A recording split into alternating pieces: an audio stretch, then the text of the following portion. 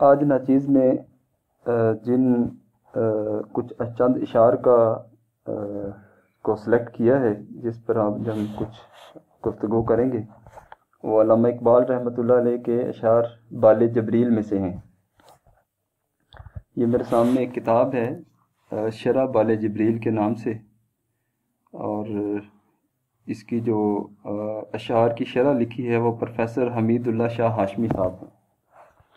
تو بڑی اچھی انہوں نے بڑے اچھے انداز میں اشعار کی تشریح لکھی ہے۔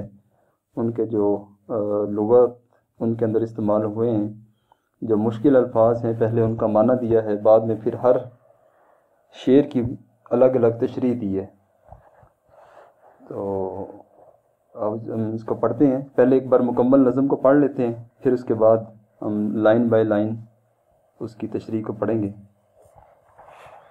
علامہ اقبال لکھتے ہیں بال جبریل کے اندر کہ عقل گو آستاں سے دور نہیں، اس کی تقدیر میں حضور نہیں، دل بینا بھی کر خدا سے طلب، آنکھ کا نور دل کا نور نہیں، علم میں بھی سرور ہے لیکن یہ وہ جنت ہے جس میں حور نہیں، کیا غضب ہے کہ اس زمانے میں ایک بھی صاحب سرور نہیں، ایک جنوں ہے کہ باشعور بھی ہے، ایک جنوں ہے کہ باشعور نہیں، ناصبوری ہے زندگی دل کی، آہ وہ دل کے ناصبور نہیں، بے حضوری ہے تیری موت کا راز، زندہ ہو تو بے حضور نہیں، ہر گوہر نے صدف کو توڑ دیا، تو ہی آمادہ ظہور نہیں، آرینی میں بھی کہہ رہا ہوں مگر یہ حدیث کلیم و طور نہیں۔ اس میں جو سب سے پہلا شعر ہے اس میں ہے علامہ اقبال لکھتے ہیں عقل گو آستاں سے دور نہیں، کہ عقل جو انسان کی انٹلیکٹ ہے یہ اگرچہ محبوب کے آستانہ سے قریب ہی ہے، دور نہیں، اس کی تقدیر میں حضور نہیں۔ عقل اگرچہ محبوب کے آستانہ سے قریب ہی ہے، دور نہیں ہے، لیکن اس کے مقدر میں محبوب کی بارگاہ کی حضوری ممکن نہیں ہے۔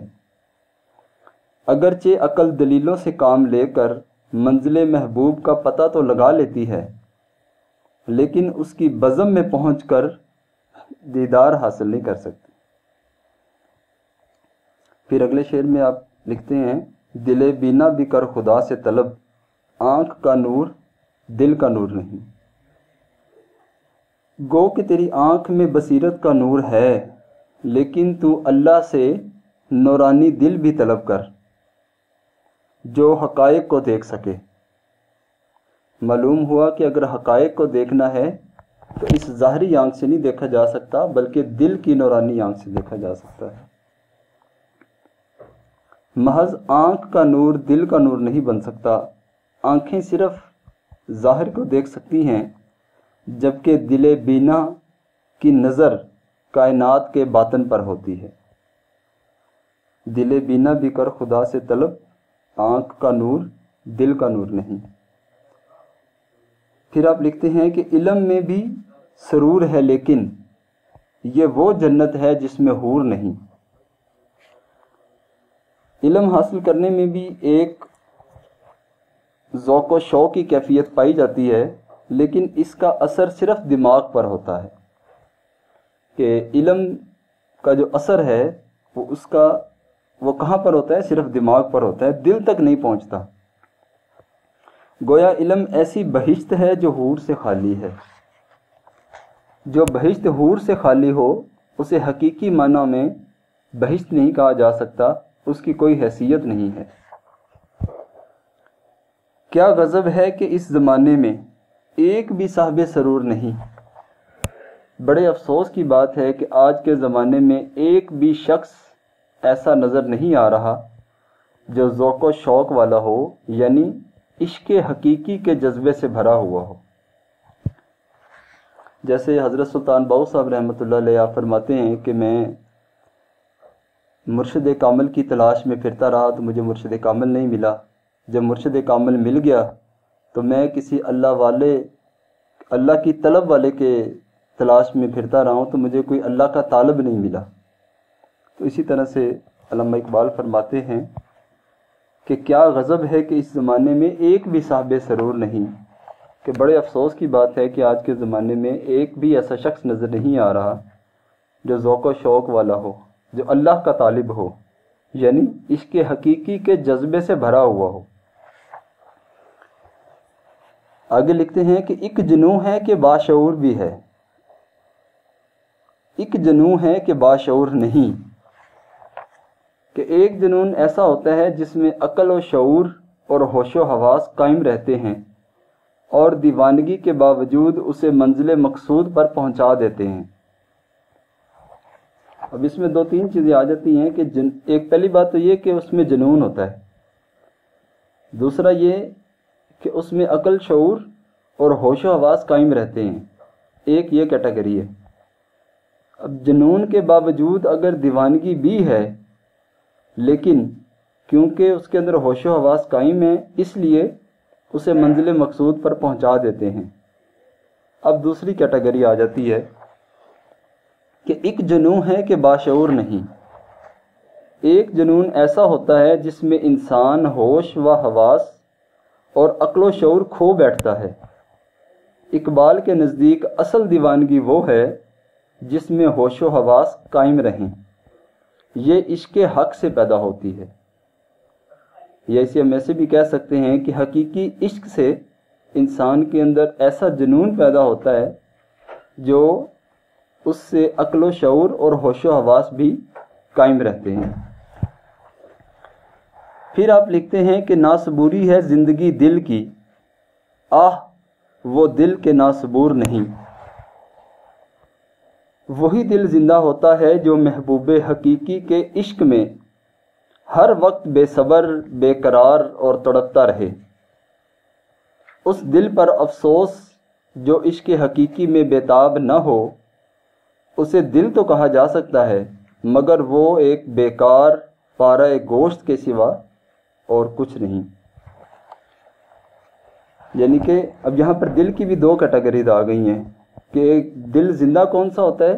وہ دل زندہ ہے جس کے اندر محبوب حقیقی کے عشق میں، وہ دل جو محبوب حقیقی کے عشق میں ہر وقت بے صبرا رہے، بے قرار رہے اور تڑپتا رہے. ایک یہ کیٹیگری ہے زندہ دلی کی. اور ایک ایسا دل ہے جس پر وہ علامہ اقبال فرماتے ہیں کہ افسوس ہے، وہ دل ہے جو عشق حقیقی میں بےتاب نہ ہو، جو عشق حقیقی میں بے صبرا نہ ہو، جو عشق حقیقی میں بے قرار نہ ہو، جو عشق حقیقی میں نہ تڑپتا ہو. اسے دل تو کہا جا سکتا ہے مگر وہ ایک بیکار پارہ گوشت کے سوا، وہ تو ایک خون کے لوتھڑے کے سوا اور کچھ نہیں ہے. بے حضوری ہے تیری موت کا راز، زندہ ہو تو بے حضور نہیں. کہ اے مخاطب، محبوب کے حضور میں باریابی سے تیرا محروم رہنا ہی تیری موت کے برابر ہے. کہ یعنی اگر تو محبوب کی بارگاہ میں پہنچ کر اس کا دیدار حاصل نہیں کر سکا تو یہ تیری موت کے برابر ہے. یعنی اگر تجھے عشق حقیقی کے اندر تجھے حضوری نصیب نہیں ہوئی تو انسان یا وہ جو عاشق ہے وہ ایک زندہ لاش کے برابر ہے، اس کی وہ تو ایک تیری موت کے برابر ہے. اگر تو زندہ ہو تو حضوری نہیں ہو سکتی. بے حضوری میں انسان چلتی پھرتی لاش ہے. کہ زندہ ہو تو بے حضور نہیں، یعنی کہ اگر انسان زندہ ہے تو پھر اس کو حضوری نصیب ہے، اور اگر زندہ نہیں ہے تو پھر وہ حضوری سے محروم ہے. آگے آپ لکھتے ہیں کہ ہر گوہر نے صدف کو توڑ دیا، تو ہی آمادہ ظہور نہیں. کہ جو ہر موتی ہے، جو سیپی ہے، ہر موتی سیپی کو توڑ کر باہر نکل آتا ہے. اے مخاطب، صرف تو ہے جو خود کو ظاہر کرنے پر تیار نہیں ہوا. اس شعر کے دو مطلب نکل سکتے ہیں، ایک یہ کہ ہر شے نے اپنی حقیقت نمایاں کی ہے، انسان نے یہ فریضہ انجام نہیں دیا۔ دوسرا یہ کہ ہر قوم اپنی زندگی کی متاع لے کر کائنات کے بازار میں پہنچ گئی، مسلمان نے اس زمانے میں بھی اپنی برتری کے لیے کچھ نہ کیا۔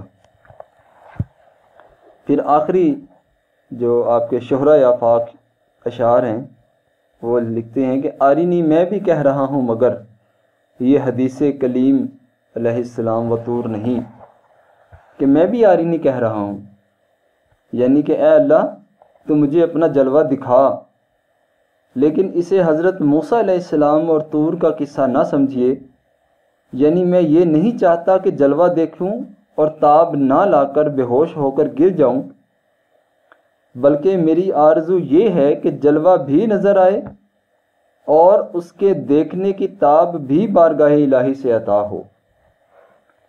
یعنی کہ خود کو اتنا کمال پہ انسان لے جائے، یا علامہ اقبال اللہ تعالیٰ سے یہ دعا کرتے ہیں کہ میری خودی اتنی مضبوط ہو جائے، میرا باطن اتنا پرنور ہو جائے کہ خودی میں کمال پیدا کر کے اس کا بے پردہ جلوہ دیکھنے کے قابل ہو جاؤں۔ یہ دعائیہ کلمات بھی ہیں ایک طرح سے۔ اس سے جو اگلی شاعری ہے، جو نظم ہے، اس میں علامہ اقبال لکھتے ہیں کہ خودی وہ بحر ہے جس کا کوئی کنارہ نہیں، تو آبجو اسے سمجھا اگر تو چارہ نہیں، طلسم گنبد گردوں کو توڑ سکتے ہیں، زجاج کی یہ عمارت ہے سنگ خارا نہیں، خودی میں ڈوبتے ہیں پھر ابھر بھی آتے ہیں، مگر یہ حوصلہ مرد ہیچ کارا نہیں، تیرے مقام کو انجم شناس کیا جانے، کہ خاک زندہ ہے تو تاب ستارہ نہیں، یہیں بہشت بھی ہے حور و جبریل بھی ہے، تیری نگاہ میں ابھی شوخی نظارہ نہیں، میرے جنون زمانے کو خوب پہچانا، وہ پیرہن مجھے بخشا کہ پارا پارا نہیں، غضب ہے عین کرم میں بخیل ہے فطرت، کہ لال ناب میں آتش تو ہے شرارہ نہیں۔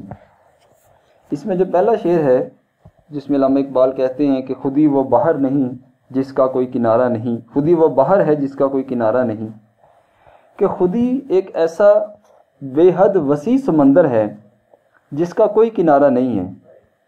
اگر تو اسے کوئی ندی یا نہر سمجھتا ہے، یعنی اگر تو اس کو محدود کر دیتا ہے، ویسے یہ لامحدود ہے، لیکن اگر تو اسے کوئی ندی یا نہر سمجھ کر محدود کر دیتا ہے تو یہ تیری بے سمجھی لا علاج ہے۔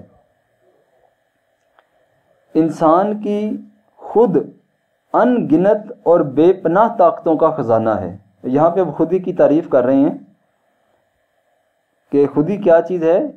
خودی انسان کی ان گنت اور بے پناہ طاقتوں کا خزانہ ہے۔ ایسی انمول شے کو ایک معمولی چیز سمجھنا یہ نادانی ہے، اور ایسی نادانی ہے جس کی کوئی دوا نہیں، ایک لا دوا نادانی ہے۔ طلسم گنبد گردوں کو توڑ سکتے ہیں، زجاج کی یہ عمارت ہے سنگ خارا نہیں۔ ہم گردش کرنے والے آسمان کا طلسم توڑ سکتے ہیں، یہ شیشے کی عمارت ہے، کوئی سخت پتھر کی نہیں ہے۔ صاف ظاہر ہے کہ شیشے کی عمارت کو آسانی سے توڑا جا سکتا ہے، البتہ سنگ خارا کے قلعوں کو توڑنا آسان نہیں ہے۔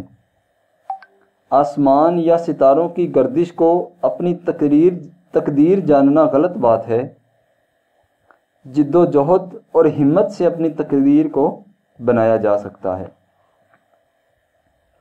خودی میں ڈوبتے ہیں پھر ابھر بھی آتے ہیں، خودی میں ڈوبتے ہیں پھر ابھر بھی آتے ہیں، مگر یہ حوصلہ مرد ہیچ کارا نہیں۔ ہمت والے لوگ خودی میں ڈوبتے بھی ہیں اور ابھر بھی آتے ہیں، لیکن ناکارہ اور نکمے مرد کا یہ حوصلہ نہیں ہے۔ جس شخص کی خودی مضبوط ہو وہ من میں ڈوب کر ابھر آتا ہے۔ جیسے پیچھے ہم نے پہلے بھی خودی کی تعریف پڑھی ہے کہ خودی ہے کیا بیسیکلی، بنیادی طور پر خودی ان گنت اور بے پناہ طاقتوں کا خزانہ ہے۔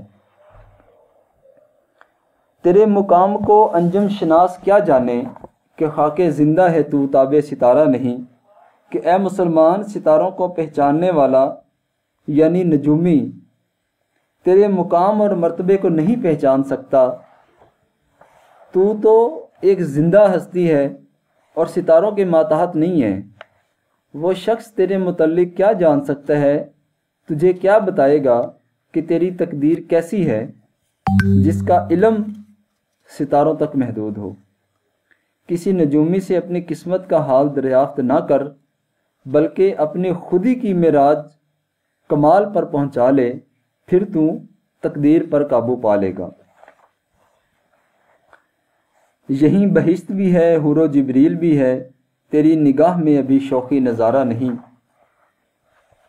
پھر علامہ اقبال فرماتے ہیں کہ اسی دنیا کے اندر جب انسان کی خودی مضبوط ہو جاتی ہے، انسان کا باطن بیدار ہو جاتا ہے، جب انسان کے اندر کا نور ظاہر ہو جاتا ہے، تو پھر انسان کے دل کی آنکھ کھل جاتی ہے، تو پھر اسی دنیا میں اس کو بہشت بھی نظر آ جاتی ہے، حور اور جبریل بھی نظر آ جاتے ہیں۔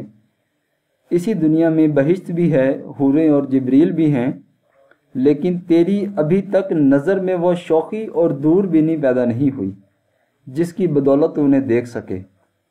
یعنی اگر خود ہی بیدار ہو جائے تو پھر وہ شوخی اور دور بینی پیدا ہو جاتی ہے، اور اگر انسان کے اندر وہ خود ہی بیدار نہ ہو، جو انسان کے اندر ایک بے پناہ طاقتیں رکھی ہیں اللہ تعالیٰ نے، اگر وہ انسان وہاں تک نہ پہنچ سکے تو پھر یہ چیزیں انسان نہیں دیکھ سکتا، تیری نظر میں نظارے کی شوخی نہیں پیدا ہوگی۔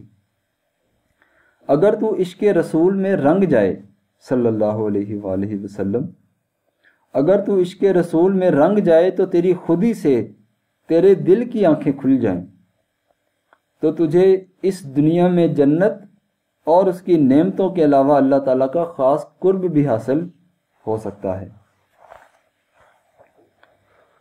میرے جنون نے زمانے کو خوب پہچانا، وہ پیرہن مجھے بخشا کہ پارا پارا نہیں۔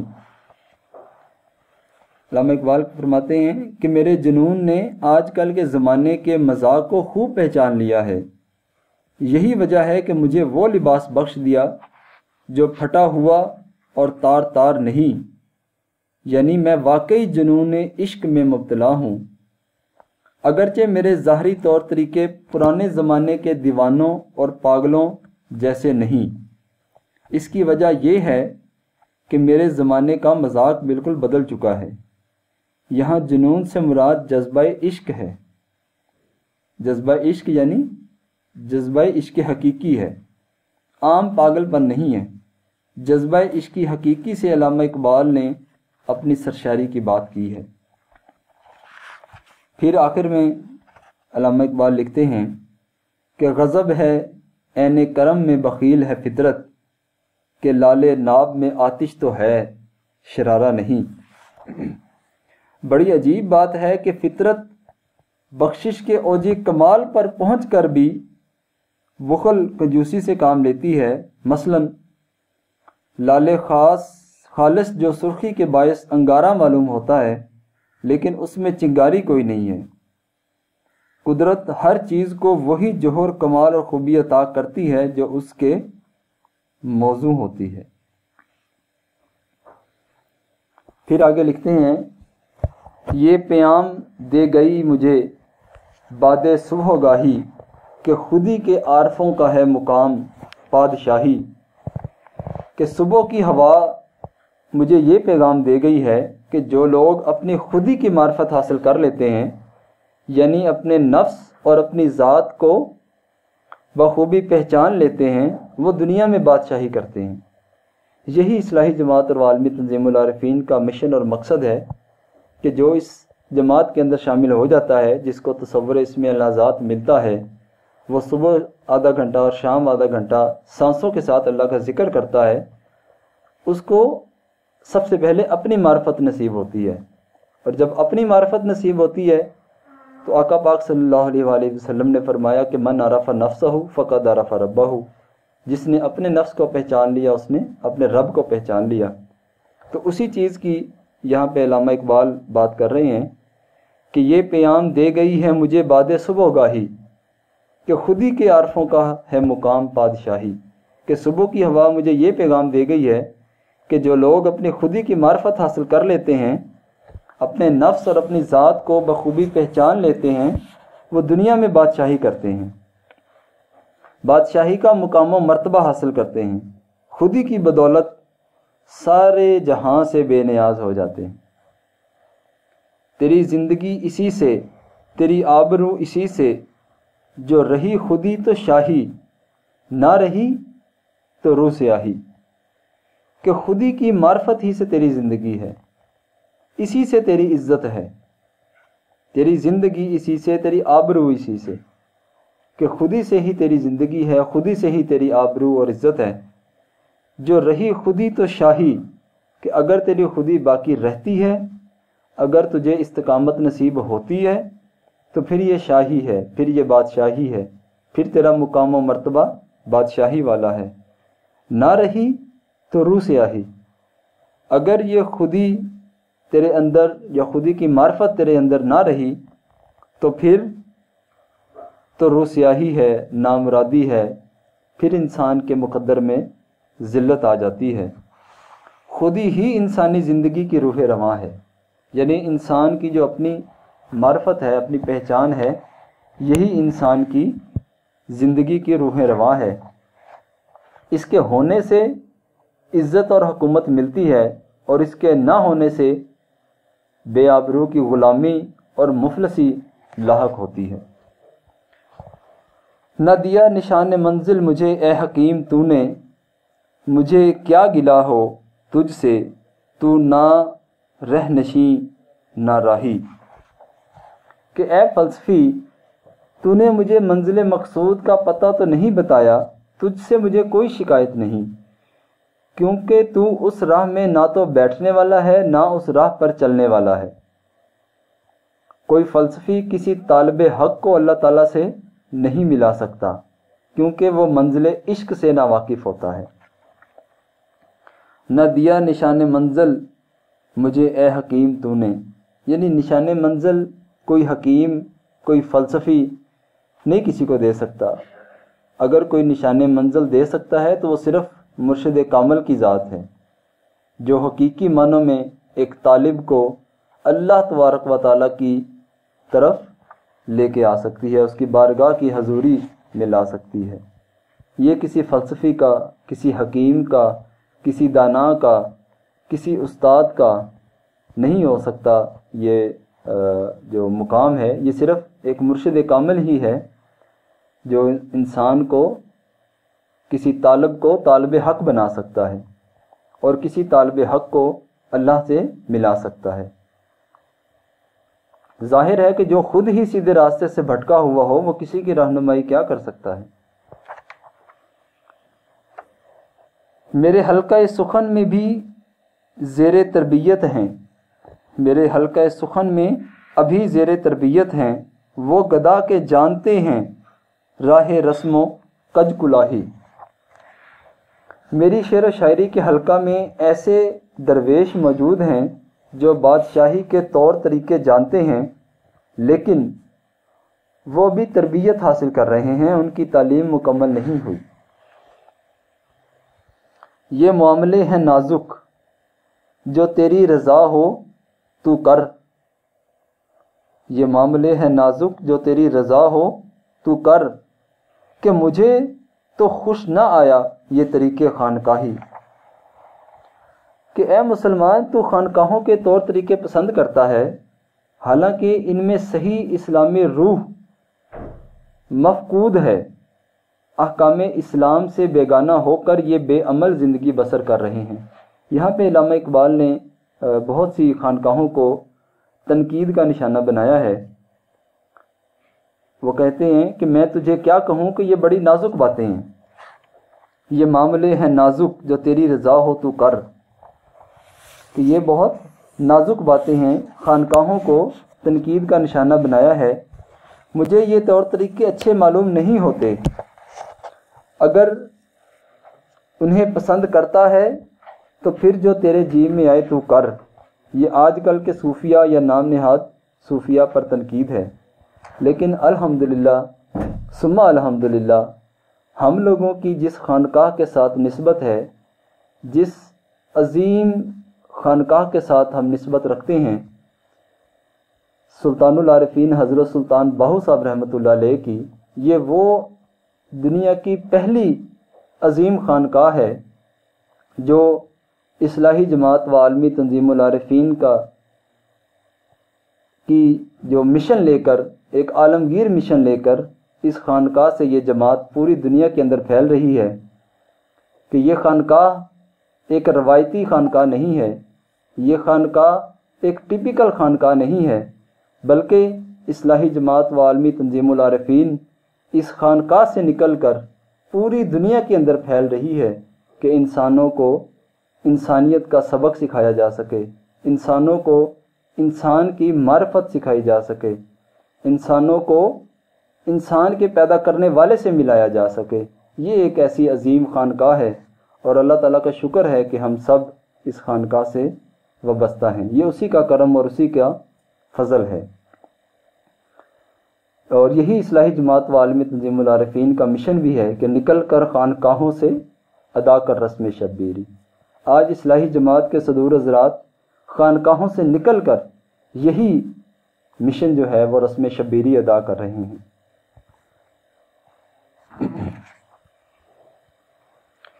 تو ہما کا ہے شکاری، ابھی ابتدا ہے تیری، نہیں مصلحت سے خالی یہ جہان مرغ و شاہی۔ کہ اے مسلمان، تو ہما پرندے کا شکاری ہے، ابھی تو ابتدائی دور میں سے گزر رہا ہے، ابھی تو نے اپنا کام شروع کیا ہے۔ اللہ نے پرندوں اور مچھلی کے اس جہان کو بھی، جسے ہم دنیا کہتے ہیں، یوں ہی پیدا نہیں کیا، اس میں بھی قدرت نے ایک مصلحت رکھی ہے کہ تو بھی اسی جہان کو اپنے قبضے میں لے آتا کہ تو اپنے اصل نصب العین تک پہنچنے میں کامیاب ہو سکے۔ گویا کائنات کی تخلیق میں قدرت نے ایک مصلحت رکھی ہے، تیری زندگی کا اصل مقصد اس کائنات کی تسخیر اور محبوب حقیقی تک رسائی ہے، کہ انسان کی زندگی کا جو اصل مقصد ہے وہ اس بارگاہ رب العزت تک پہنچنا ہے، اس محبوب حقیقی تک، اس کی بارگاہ تک جو رسائی ہے، یہ انسان کی زندگی کا اصل مقصد ہے۔ پھر آخری شعر کے اندر علامہ اقبال فرماتے ہیں کہ تو عرب ہو یا عجم، ہو تیرا لا الہ الا، لغت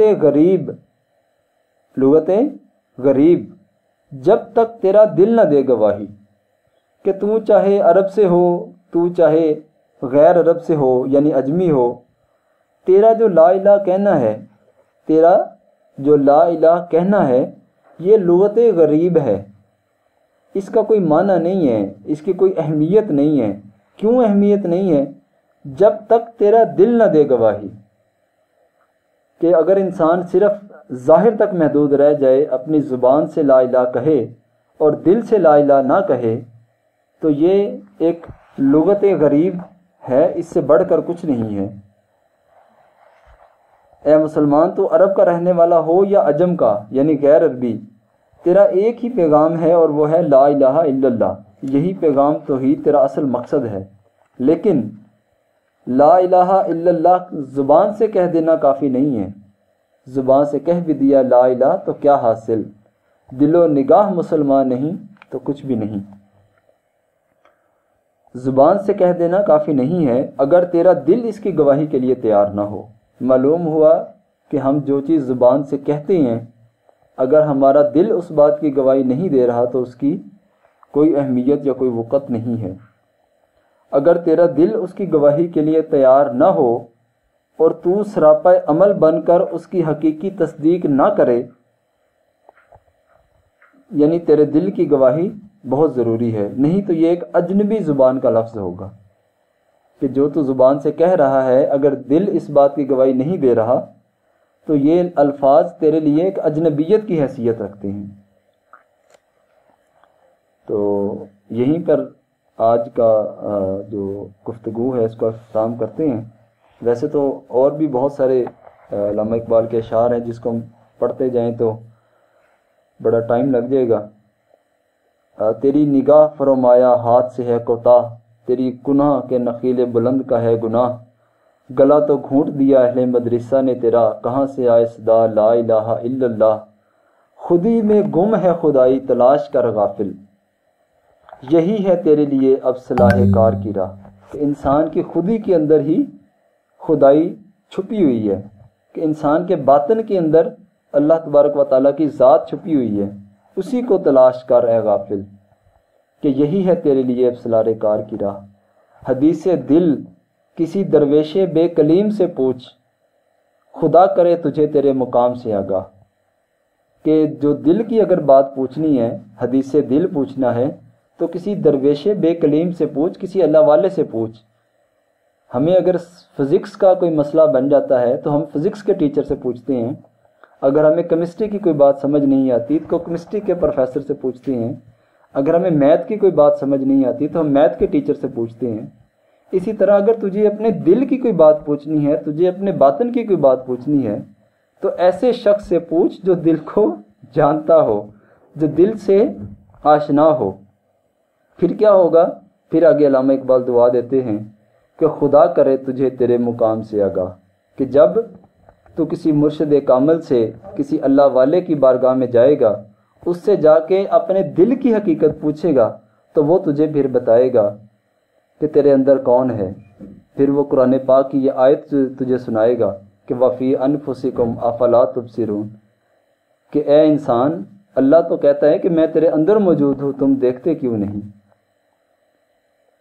برہنہ سر ہے تو عزم بلند پیدا کر، یہاں فقط سر شاہین کے واسطے ہے کلا، نہ ہے ستارے کی گردش نہ بازی افلاک، خودی کی موت ہے تیرا زوال نعمت و جاہ، اٹھا میں مدرسہ و خانقاہ سے غمناک، نہ زندگی نہ محبت نہ معرفت نہ نگاہ۔